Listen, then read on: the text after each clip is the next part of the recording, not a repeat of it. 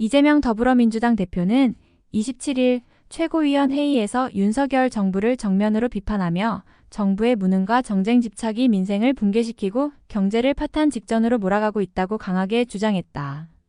그는 쌀값 공약 파기와 농업 민생 3법 거부를 거론하며 정부는 집단 망각증에 걸렸다. 국민과의 약속을 스스로 부정하고 있다고 직격했다.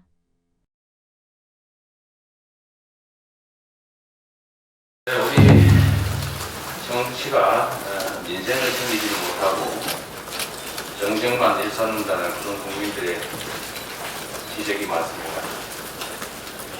야당은 기본적으로 정부 정책을 감시, 견제, 비판하는 것이기 때문에 정부의 또는 정부 당원들의 불법행위, 범죄 행위에 대해서 지적하는 것이 너무나 당연합니다. 그런데 이 정부가 민생을 챙겨야 되는 제1차 책임을 지고 있으면서도 민생은 그냥 오로지 정쟁에만 매달리고 있습니다. 이 정권을 구성하는 단어들이 참 많습니다. 양주교육, 양머리를 걸고 고고기를 끈다. 저는 말만하다. 그런데 요즘은 이 말로만 하는 정권, 말로만 정권이라는 그런 별칭도 매우 공감이 갑니다. 이 정권에 소속된 인사들은 어찌된 판인지 정말로 한 말을 자기가 해놓고 기억을 못하는 건지 아니면 아무 의미 없이 한 말이 의미를 두지 않는 것인지 모르겠는데 스스로 한 말을 아무 때나 함부로 뒤집습니다. 그 중에 하나가 좀 전에 주철영 최고위원이 말한 것처럼 쌀값 20만원 지키겠다. 이거 윤석열 정부의 공약이었습니다. 전 국민에게 하는 약속이었습니다. 이제 와서는 농림부 장관은 자기도 그 말했고 그런 얘기하는 게 없다고 그랬다는 겁니다. 이거 도대체 집단 망각증에 걸린 건지 기억상실증에 걸린 건지 모르겠는데 이런 게 한두 번이 아닙니다. 농업은 국제경쟁에 맡겨도 되는 사양산업이 아닙니다. 이 나라의 식량 주권, 식량 안보가 걸리면 안보산업입니다. 전략산업입니다. 이렇게 함부로 농정을 했다가 식량 위기가 실제로 국제적으로 발생할 때 어떻게 되어 나오겠습니까? 우리나라 농업 보조금 수준이 대체적으로 OECD 국가의 몇 분의 1 정도에 불과한데 다른 나라는 돈이 많고 할 일이 없어서 농업을 지원하는 게 아닙니다. 안보산, 전략산업이기 때문에 불가피하게 지원하는 거죠. 농업 민생 사법을 농망법이라고 규정을 하면서 거부권을 운운하는 장관 참 기가 막히게 들립니다. 이제 나중에는 아마 과장도 거부권 들고 나올 것 같아요.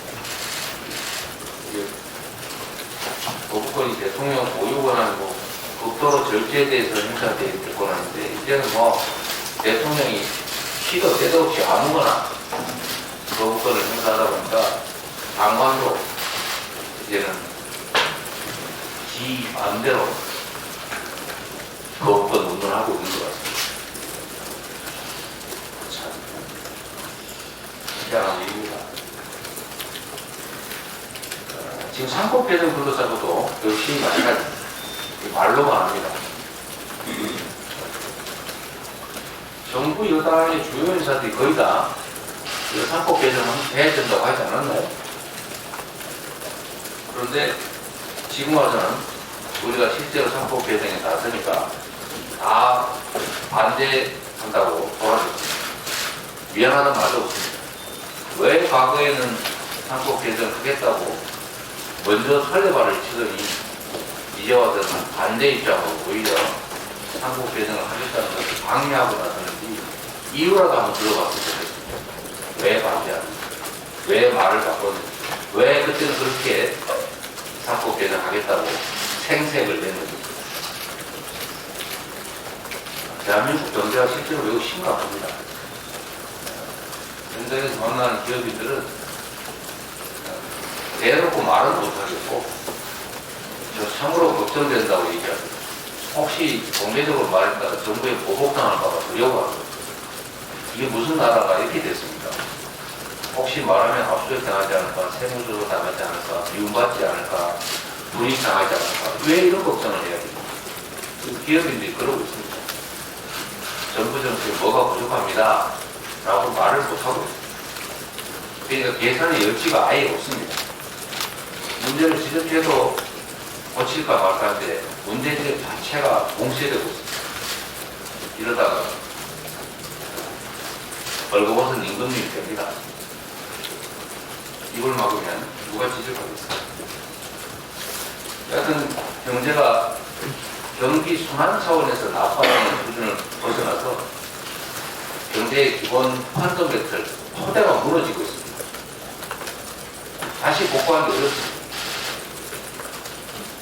그 중에 하나가 이 주식시장이 계속 망가지고 있는 것입니다. 주식시장이 망가지는 원인은 전에도 말씀드렸지만 참 4가지 정도로 분명합니다. 다 정부 탓입니다. 연결합니다. 정부의 산업 경제 정책이 없습니다. 대한민국 경제가 어디로 갈지, 대한민국 산업을 어느 방향으로 끌고 갈지에 대한 비전 제시, 정책이 전혀 없습니다. 그냥 방치입니다. 자유의 이름으로. 시장이 바뀐다고 하는데, 시장에게 방향을 제시하는 게 정부 역할 아닙니까? 정부 정책, 산업 정책이 없고, 두 번째로는 자본시장의 생명은 공정성, 예측 가능성, 함선. 그런데 주가 조작, 경영권, 지배권 남용, 이게 횡행합니다. 그런데도 처벌도 되지 않습니다. 힘만 쓰면 다 가줍니다. 이런 불공정, 불투명, 불합리한 시장에 국제 자본들이 투자할 이유가 없습니다. 있는 투자 자금도 빼가죠. 세 번째로 우량주를 불량주로 만드는 알맹이 제목이 송아지 훔치기 이런 게 유명합니다. 멀쩡한 우량 주식에다가 분할 합병을 거치고 나니까 무슨 전환사채 발행하고 나니까 신주 발행하고 나니까 갑자기 알맹이가 똥 빠진 껍데기가 되죠. 그런 회사를 어떻게 믿고 그런 시장을 어떻게 믿고 우량주 장기 투자라고 하는 걸 하겠습니까? 우량주 갑자기 불량주 되어 있는데. 마지막으로 한반도의 지정학적 리스크, 한반도의 안보가 경제를 망칩니다. 안보 상황을 잘 관리해서 평화에 대한 신뢰를 구축해야 되는데 오히려 상대를 자극하고 외교를 엉망으로 해가지고 한반도를 전쟁 위험 지역으로 만들어가고 있습니다. 이런 데 투자하겠습니다. 이런 산업 정부 정책 부재, 불공정한 시장, 경영 지배권 남용, 한반도 평화 이 4가지 원인 때문에 대한민국 주식시장을 포함해서 대한민국 경제가 매우 구조적인 어려움에 처했다. 이걸 보셔야 됩니다. 정부가 이 점에서 근본적인 정책 전환을 하지 않으면 대한민국 경제가 참으로 위험증이 빠질 것이고 대한민국의 인생도 매우 어려워지고 대한민국 미래도 매우 어두워질 수밖에 없다. 그 말씀을 드립니다. 그 중에 하나 우리 야당 차원에서라도 할 수 있는 일을 하겠습니다. 주식시장에서 자본시장에서 경영 지배권 남용을 근본적으로 막기 위해서 이사의 총실 의무 대상을 수주로까지 확대하는 사법 개정, 또 주주들의 권익을 보호하는 각종 입법을 반드시 이번 정기국회내에 해내겠습니다. 그런데 이 구체적 방안에 대해서 경영계에서 반론이 있기 때문에 지금 정책위에서 준비하고 있죠. 당방의 의견을 다 충분히 들어보고 필요한 게 있으면 수용하고 또 이해관계를 조정해서 현재적인 방향으로 개정을 해나가도록 하겠습니다. 그 토론회는 제가 직접 참여해서 들어보고 우리 정책이나 이렇게 참고하시고 양쪽 이해단체들을 참여시켜서 신속하게 처리하면 좋겠습니다. 경제가 너무 어렵고 민생의 핵심은 경제인데 정부가 경제 정책, 산업 정책에 대해서 근본적인 제보를 해주시도록 다시 한번 촉구합니다. 회의를 마치겠습니다.